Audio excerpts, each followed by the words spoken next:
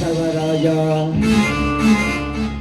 ಅಂದು ನಿನ್ನ ಅತ್ತಿಗೆಯನ್ನು ಬಲಾತ್ಕರಿಸಲು ಬಂದಾಗ ನನ್ನ ಕೆನ್ನೆಗೆ ಹೊಡೆದು ನಿನ್ನ ಅತ್ತಿಗೆಯನ್ನು ಬಿಡಿಸಿಕೊಂಡು ಹೋದಿಯಲ್ಲವೇ ಮಗನೇ?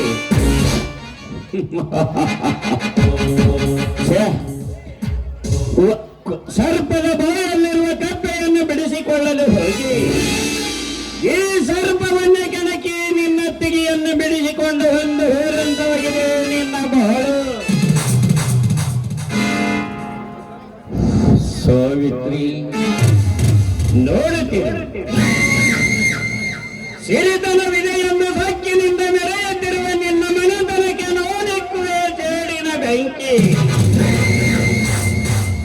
ಆ ಜೋಲೆ ದಗದಗಿಸಿ ಮುರಿದಂತೆ ನಿನ್ನ ಮನೆಯಲ್ಲಿ ಜೀವನ ತಾಂಡವ ನೃತ್ಯ ಬೇಗನೆ ಆರಂಭವಾಗಿ ಓಡುವುದು ನಂದನವನದಂತಿದ್ದ ನಿಮ್ಮ ಮನೆ ಹಿಂದೆ ಬೀಸುವೆ ಸುನೀಲನಿಗೆ ನನ್ನ ಪ್ರಿಯಸಿ ಸುವರ್ಣಳಿಲ್ಲ ಪ್ರೇಮದ ಬಲೆ.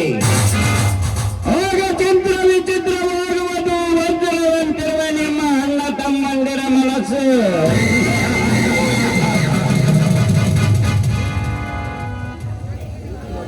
ಆಗ ನಾನು ಭಾಗವಹಿಸುವೆ ಆ ಕಮಲ ಸೂತ್ರಧಾರಿ ಶ್ರೀಕೃಷ್ಣನಂತೆ ನಿಮ್ಮೆಲ್ಲರ ವಿನಾಶಕ್ಕಾಗಿ.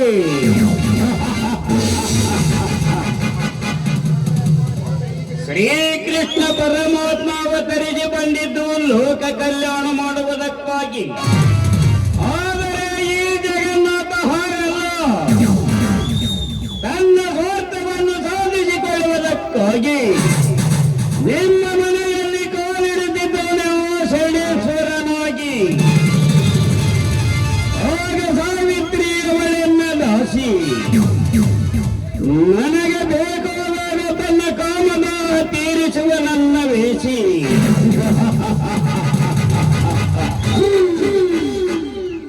ಸುವರ್ಣ ಬರುವ ವೇಳೆಯ ಇಂದಿನಿಂದಲೇ ಬಾಧಿಸುವೆ ಅವರಿಗೆ ನನ್ನ ಭಗವದ್ಗೀತೆಯನ್ನು.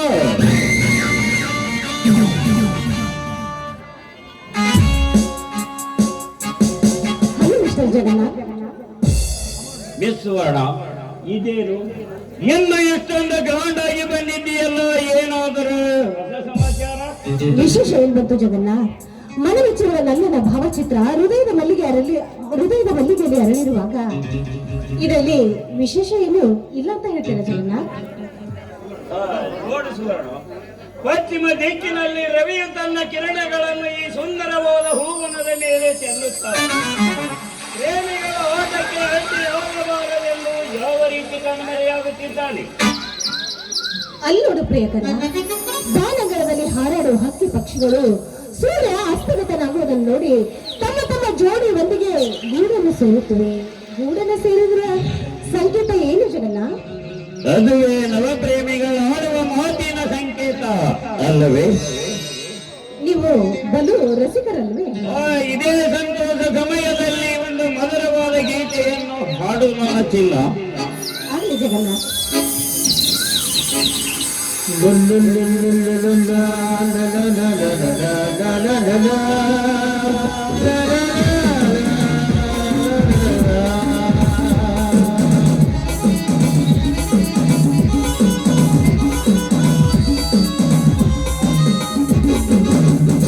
ಜೊತೆಯಾಗಿ ಮಿತ್ರವಾಗಿ ಸೇರಿ ನಡೆವ ನನ್ನ ಬದುಕಲ್ಲಿ ಎಂದು ಬೆಳಕಾಗಿರು, ನನ್ನ ಉಸಿರಲ್ಲಿ ಎಂದು ಉಸಿರಾಗಿರು,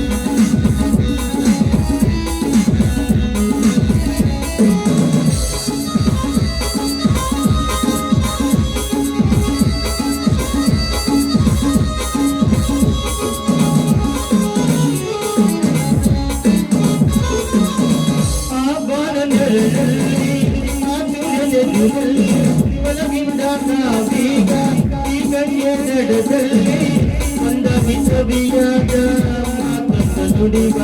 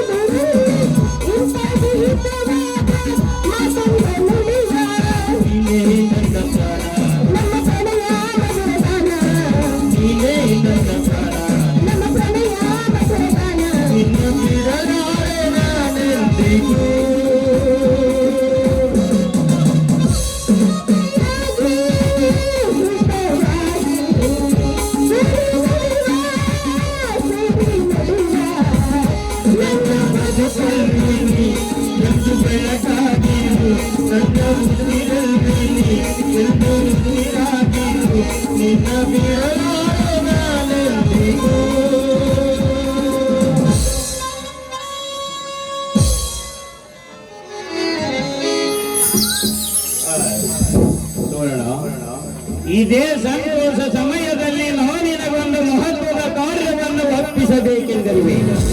ಇದಕ್ಕೆ ನಿನ್ನ ಒಪ್ಪಿಗೆ ನೋಡಿದೆಯೇ?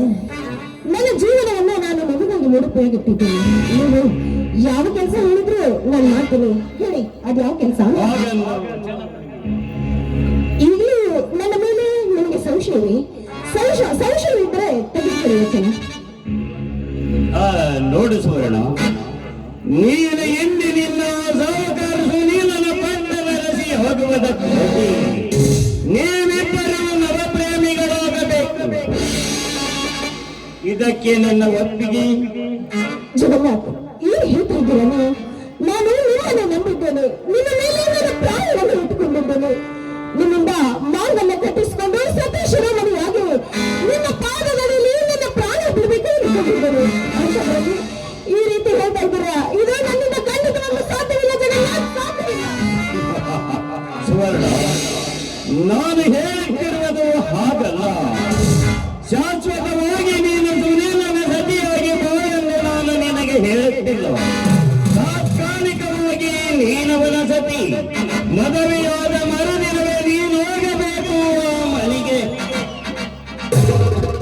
ಮದುವೆಯಾದ ಮರುದಿನವೇ ನೀನು ಆಗಬೇಕು ಆ ಮನೆಗೆ ಸೂತ್ರಧಾರಿ.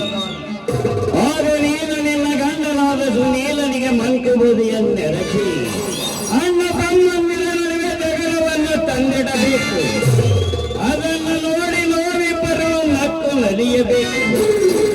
ಆಗ ರಾಮಜ್ಜ ಕಟ್ಟಿ ಸುನೀಲನ ತಮ್ಮ ತಂದೆ ರಾಮಜ್ಜ ಕಟ್ಟಿದ ಆಚೆ ಗೋಪುರ ಸಿಡಿದು ನಿಂತು ನೂರಾಗಿ ನೀರಿನಂತೆ ಹರಿದು ಹೋದ. ನೀ ಬಂದು ಸೇರು ನನ್ನನ್ನು. ಅಲ್ಲದೆಯೇ ಆ ಪನಿ ನಡೆಯೋದ್ರಿಂದ ನಿಮಗಾಗೋ ಲಾಭವಾದ್ರೂ ಏನು ಅಂತ. ಛಲ ಛಲವೇ ಜಗನ್ನಾಥನಿಗೆ ಬಲ. ಅಲ್ಲರಿ, ಬರೀ ಛಲ ತೀರಿಸಿಕೊಳ್ಳೋದಕ್ಕಾಗಿ ನಮ್ಮಿಬ್ಬರ ಪ್ರೇಮ ನಿಂತು ನೀರಾಗ್ಬೇಕೇನು? ಕೆಲವು ದಿನಗಳು ಮಾತ್ರ ಈ ನಮ್ಮ ಪ್ರೇಮ ಇದೇ ರೀತಿ ಗುಪ್ತವಾಗಿರಬೇಕು. ನೋಡಿ, ನಮ್ಮಿಬ್ಬರ ಗುಪ್ತ ಪ್ರೇಮದ ವಿಷಯ ಆ ನಲ್ಲನಾಗುವ ನನ್ನ ಸುನೀಲನಿಗೆ ಅವರ ಮನೆಯವರಿಗೆ ತಿಳಿದ್ರೆ ಮುಂದೆ ಗತಿ ಏನು ಅಂತ. ಅದರ ಬಗ್ಗೆ ನೀನು ಗತಿಯ ಬಗ್ಗೆ ಆಲೋಚನೆ ಮಾಡುವುದನ್ನು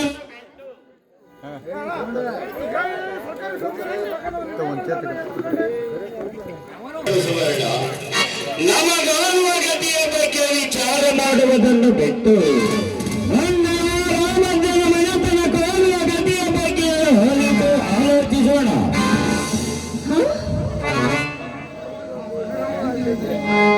ಎಂದಿನಿಂದ ನೀನು ನನ್ನ ತಂಗಿ, ಎಂದಿನಿಂದ ನೀನು ನನ್ನ ತಂಗಿ. ನೋಡಿ, ನಾನು ನಿಮ್ಮನ್ನೇ ನಂಬಿದ್ದೇನೆ.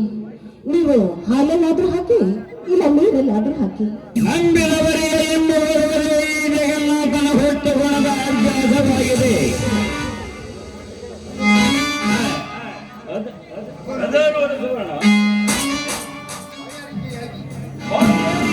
ಬಿಸಿಲಿನಲ್ಲಿ ನಾಗಲೋಟದಿಂದ ಓಡುತ್ತ ಬಂದ ಕುದುರೆಯಂತೆ ಸುನೀಲ ಯುದ್ಧ ಕಡೆಗೆ ಬರುತ್ತಿದ್ದಾನೆ. ಎಂದಿನಿಂದಲೂ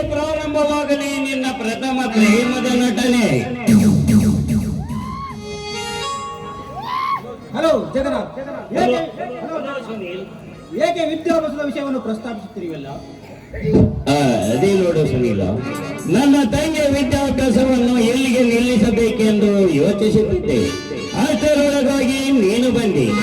ಏನು ಸಮಾಚಾರ? ಸಮಾಚಾರವೇನು ಬಂತು ಜಗನ್ನಾಥ? ನೀನು ಏನು ಹೇಳ್ತಾ ಇದೀಯಾ? ಹೊಸ ಸಮಾಚಾರ? ಇಲ್ಲಿವರೆಗೂ ನಿನ್ನ ತಂಗಿ ವಿಷಯವನ್ನು ಒಂದು ಸಾರಿ ಆದರೂ ನನ್ನಲ್ಲಿ ಪ್ರಸ್ತಾಪಿಸಿದೆಯಾ? ಅದು ಹೋಗಲಿ, ತಂಗಿ ಇರುವಳೆಂಬ ಪರಿಕಲ್ಪನೆಯು ನಿನಗೆ ಇಲ್ಲ. ಒಂದೇ ವೇಳೆಗೆ ತಂಗಿ ಸಮೇತನಾಗಿ ನಿಂತು ನನಗೆ ಶಾಕ್ ಕೊಡುತ್ತೀರಲ್ವೇ? ಓ, ಈ ವಿಷಯವೇ ಸುನೀಲ. ನೋಡು, ನಾನು ಆಗಾಗ ಒಬ್ಬಳಿಗೆ ಹೋಗುತ್ತಿದ್ದೇನಲ್ಲ, ಇದೇ ನನ್ನ ತಂಗಿಯನ್ನು ನೋಡಿಕೊಂಡು ಬರುವುದಕ್ಕಾಗಿ. ಇವಳು ಒಬ್ಬಳೇ ನನಗೆ ತಂಗಿ, ಇವಳೇ ನನಗೆಲ್ಲ ಆಸ್ತಿ, ನನ್ನ ಸರ್ವಸ್ವವೇ ಇವಳೆಂದರೂ ತಪ್ಪಾಗಲಿಕ್ಕಿಲ್ಲ. ನೋಡು ಸುವರ್ಣ, ಇವಳ ಹೆಸರು ಸುವರ್ಣ ಅಂತ. ಇವಳು ಈ ಸಲ BA ಫಸ್ಟ್ ಕ್ಲಾಸಿನಲ್ಲಿ ಪಾಸ್ ಆಗಿದ್ದಾರೆ. ಸಂಗೀತದಲ್ಲಿ ಸಾಕ್ಷಾತ್ಕಾರದ ಹಾಗೆ. ನೋಡು ಸುವರ್ಣ, ನನಗೊಬ್ಬ ಸೋದರನಿದ್ದಾನೆ, ಪ್ರಾಣಕ್ಕೆ ಪ್ರಾಣ ಕೊಡುವನೆಂದು ಹೇಳುತ್ತಿದ್ದೇನಲ್ಲ, ಇವನೇ ಅವನು. ಇವನ ಹೆಸರು ಸುನೀಲ ಅಂತ. ಜಗನ್ನಾಥ, ನಾನು ಇವರನ್ನು ಎಲ್ಲೋ ನೋಡಿದ ಹಾಗಿದೆಯಲ್ಲ? ಹಾ, ಹೌದಣ್ಣ. ನಾನು ಕೂಡ ಇವರನ್ನ ಎಲ್ಲೋ ನೋಡಿದ್ದೀನಿ ಅನಿಸ್ತಾ ಇದೆ.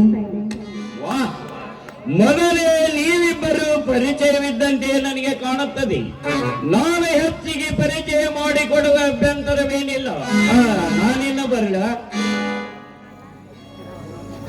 ಸರಿ ಅಣ್ಣ, ನೀನು ಹೋಗ್ಬಾ. ಸುವರ್ಣ, ಇವನ ಈ ತಿಂಗಳ 3 ತಾಲೀಮ್ ಮಾಡಿ ಅವನಿಗೆ ಬಹಳ ದೊಡ್ಡದಿದ್ದಾನ. ಅವನಿಗೆ ಒಂದು ಸಿಂಗಲ್ ಹೈ ಕ್ಲಾಸ್ ಕಾಪಿ ಮಾಡಿ ಕೊಡ, ನಾನು ಬರುತ್ತೇನೆ. ಸರಿ ಅಣ್ಣ. ಸೃಷ್ಟಿಕರ್ತನು ತಮಗೆ ಎಷ್ಟೊಂದು ಚೆಲುವನ್ನು ಕೊಟ್ಟಿದ್ದಾನೆ ನೋಡ್ತಿದ್ದೆ, ಏಕೆ ತಪ್ಪೇನು? ಹಾ, ನೋಡಿ, ತಪ್ಪೇನೂ ಇಲ್ಲ. ನಾನು ಜಗನ್ನಾಥನ ತಂಗಿ ಸುವರ್ಣ ಅಂತ ಕರ್ನಾಟಕ ಕಾಲೇಜಿನಲ್ಲಿ ಓದ್ತಾ ಇದ್ದೆ. ಈಗ ತಾನೇ ವಿದ್ಯಾಭ್ಯಾಸ ಮುಗಿಸ್ಕೊಂಡು ಊರಿಗೆ ಬಂದಿದ್ದೀನಿ. ನಿಜ ಹೇಳ್ಬೇಕು ಅಂದ್ರೆ ನಾನು ನಿಮ್ಮನ್ನ ನೋಡ್ತಾನೆ ನಿಂತಿದ್ದೆ. ಅದು ಅಲ್ಲದೆ ನೀವು ಈಗ ಚಿತ್ರದಲ್ಲಿ ನನ್ನನ್ನ ನೋಡ್ತಾನೆ ನಿಂತಿದಾರಲ್ಲ, ಯಾಕೆ ಅಂತ. ಸೃಷ್ಟಿಕರ್ತನು ತಮಗೆ ಎಷ್ಟೊಂದು ಚೆಲುವನ್ನು ಕೊಟ್ಟಿದ್ದಾನೆಂದು ನೋಡ್ತಿದ್ದೆ, ಏಕೆ ತಪ್ಪೇನು? ಚೇಚೆ, ತಪ್ಪೇನೂ ಇಲ್ಲ. ನಿಮ್ಮ ಪರಿಚಯ ನನಗಾಗ್ಲಿಲ್ಲ. ನಮ್ಮನ್ನ ನಿಮ್ಮನ್ನ ಪರಿಚಯ ಮಾಡ್ಕೊಡ್ಬೇಕಾದ್ರೆ ನಾನು ನನ್ನನ್ನೇ ಕಳೆದುಕೊಂಡು ನನ್ನನ್ನ ಮರೆತು ನಿಮ್ಮನ್ನೇ ನೋಡ್ತಾ ನಿಂತು ಬಿಟ್ಟಿದ್ದೆ. ನಾನು ಈ ಊರಿನ ಪೊಲೀಸ್ ಪಟೇಲ್ ರಾಮಜ್ಜನ ಮಗ. ನನ್ನ ಹೆಸರು ಸುನೀಲ್ ಅಂತ. ಶಂಕರ್ ಎಂಬ ಅಣ್ಣ, ಸಾವಿತ್ರಿ ಎನ್ನುವ ಅತ್ತಿಗೆ, ಬಸವರಾಜ್ ಎಂಬ ತಮ್ಮ ಮತ್ತು ನನ್ನ ತಂದೆಯವರಿದ್ದಾರೆ. ಇನ್ನು ಮದುವೆಂತೂ ಆಗಿಲ್ಲ. ಅದನ್ನೇ ಕೇಳ್ತಾ ಇದ್ದೆ ನಾನು, ನಿಮ್ಮ ಮದುವೆ ಆಗಿದೆಯಾ ಅಂತ. ಇನ್ನು ಮದುವೆಂತೂ ಆಗಿಲ್ಲ. ತಾವು ತಪ್ಪು ತಿಳಿದುಕೊಳ್ಳಿದ್ದರೆ ತಮ್ಮನ್ನೊಂದು ಮಾತು ಕೇಳಬೇಕಿದ್ದೇನೆ. ಹೇಳಿ, ಅದೇನು ಅಂತ. ನಾನು ನಿಮ್ಮನ್ನು ಮನಪೂರ್ವಕವಾಗಿ ಪ್ರೀತಿಸುತ್ತಿದ್ದೇನೆ. ತಾವು ಮನಸ್ಸು ಮಾಡಿದರೆ ಮದುವೆಯಾಗಲು ಸಿದ್ಧ. ನೋಡಿ, ನಾನು ಕೂಡ ನಿಮ್ಮನ್ನ ಪ್ರೀತಿ ಮಾಡ್ತೀನಿ. ಆದ್ರೆ ಜೀವಕ್ಕಿಂತ ಹೆಚ್ಚಾಗಿ ನನ್ನನ್ನ ಪ್ರೀತಿ ಮಾಡ್ತಾನೆ. ಅವಳು ಒಪ್ಪೋದಾದ್ರೆ ನಮ್ಮಿಬ್ಬರ ಪ್ರೀತಿ, ಇಲ್ಲವಾದ್ರೆ ಅದೆಲ್ಲ ಕನಸಿನ ಮಾತು ಅಂತ ಮರೆತು ಬಿಡಬೇಕು ಅಷ್ಟೇ. ನೋಡಿಸುವಣ ನಿನ್ನ ಅಣ್ಣ ಅಂತ ನೋಡಿಸುವಣ, ನನ್ನ ಗೆಳೆಯ, ಅರ್ಥಾತ್ ನಿನ್ನ ಅಣ್ಣ ಅಂತ ತಿಳಿದವನೇನೂ ಅಲ್ಲ. ಅವನಿಗೆ ಒಪ್ಪಿಸುವ ಭಾರ ನನಗಿರಲಿ. ನೀನೇ ನನ್ನ ಹೆಂಡತಿ ಎಂದು ದೇವರ ಮುಂದೆ ಪ್ರಮಾಣ ಮಾಡಿ ಹೇಳುತ್ತೇನೆ. ಇದಕ್ಕೆ ನಿನ್ನ ಅನುಮತಿ ಏನು ಹೇಳಿಸುವಣ? ನಿನ್ನ ನಿರ್ಧಾರವನ್ನು ಏನೆಂದು ಮನಸ್ಸು ಬಿಚ್ಚಿ ಹೇಳಿಬಿಡು. ಹಾಗೇನೂ ಇಲ್ಲ. ನನ್ನ ಅಣ್ಣ ಒಪ್ಪೋದಾದ್ರೆ ನಾನು ನಿಮ್ಮನ್ನ ಖಂಡಿತವಾಗ್ಲೂ ಕೈ ಹಿಡಿದಕ್ಕೆ ಒಪ್ಕೊಳ್ತೀನಿ. ಇನ್ನು ಸಂಶಯಿಸೋಣ. ಉದಯಿಸುವ ಸೂರ್ಯನ ಮೇಲೆ, ಹರಿಯುವ ನೀರಿನ ಮೇಲೆ, ಜನ್ಮ ಕೊಟ್ಟ ತಾಯಿ ಮೇಲೆ ಆಣೆ ಮಾಡಿ ಹೇಳುತ್ತೇನೆ, ನೀನೇ ನನ್ನ ಹೆಂಡತಿ ಎಂದು. ಧನ್ಯರಾದೆ. ನಿಮ್ಮಂತ ಪುಣ್ಯವಂತನ ಪಡಿಬೇಕಾದ್ರೆ ಅದು ನನ್ನಂತ ಹೆಣ್ಣು ಪೂರ್ವ ಜನ್ಮದಲ್ಲಿ ಪುಣ್ಯನ ಮಾಡಿರ್ಬೇಕು. ಸುವರ್ಣ, ನಿನ್ನ ಕಪ್ಪಿನಂತ ಹುಬ್ಬು ಹುಣ್ಣಿಮೆಂತ ಚಂದ್ರನಂತೆ ಹೊಳೆಯುವ ಕಮಲವನ್ನು ನೋಡಿದರೆ ಮಕರ ಕಮಲವನ್ನು ಎಂತ ಅರಿಸಿಕರಲ್ಲಿ ಪ್ರೇಮಾಕರೊಂದ ಬಳ್ಳಿಗಳಿರುತ್ತದೆ. ನಿಜ ನಿಮ್ಮ ಮಾತು. ನವಮಂಡಲದಲ್ಲಿ ಹೊಳೆಯುವ ನಕ್ಷತ್ರದಂತೆ ನಿಮ್ಮ ಜೀವನ ಸುಖಮಯವಾಗಿರ್ಬೇಕು, ನಗುತ್ತಾ ಇರಬೇಕು, ಜೀವನ ಪೂರ್ತಿ ಎನ್ನುವುದೇ ನನ್ನ ಆಸೆ. ಏನಂತೀರಾ? ತಂಪಾಗಿ ಬೀಸುವ ವಾಯುದೇವರಿಗೆ ತಕ್ಕ ಹೆಜ್ಜೆ ಹಾಕುತ್ತಾ ದಣಿದಾಯಿ ಮನೆಗೆ ಒಂದು ಮುದವಾದ ಕವನವನ್ನು ಹಾಡಬಾರದು. ಕವಿ ಕಾಳಿದಾಸರ ಓ ನನ್ನ ಶಕುಂತಲೆ ಶಾಕುಂತಲೆ ಓ ನನ್ನ ಶಾಕುಂತಲೆ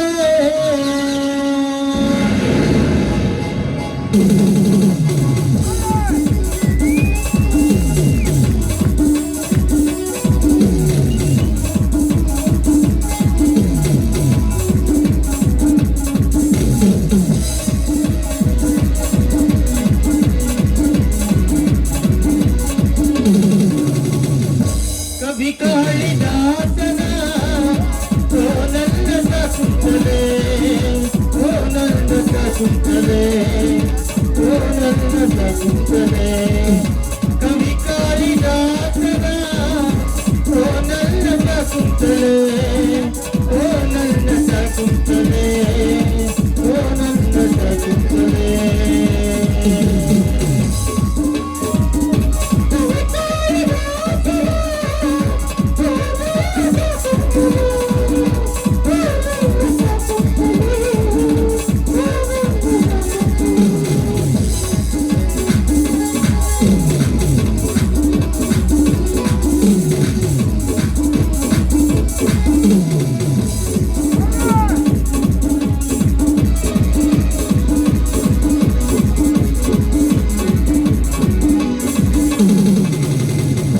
ಬೇಲೂರ ಬಾಲೆಯಂತೆ ನೀ ನಡೆದು ಬರುವಾಗ ಈ ಜೀವ ನಿನಗಾಗಿ ಈ ಹೃದಯ ನಿನಗಾಗಿ ಬೇಲೂರ ಬಾಲೆಯಂತೆ ನೀ ನಡೆದು ಬರುವಾಗ ಈ ಹೃದಯ ನಿನಗಾಗಿ ಈ ಜೀವ ನಿನಗಾಗಿ ಕವಿ ಕಾಳಿದಾಸನ ಓ ನನ್ನ ಶಾಕುಂತಲೆ ಓ ನನ್ನ ಶಾಕುಂತಲೆ ಓ ನನ್ನ ಶಾಕುಂತಲೆ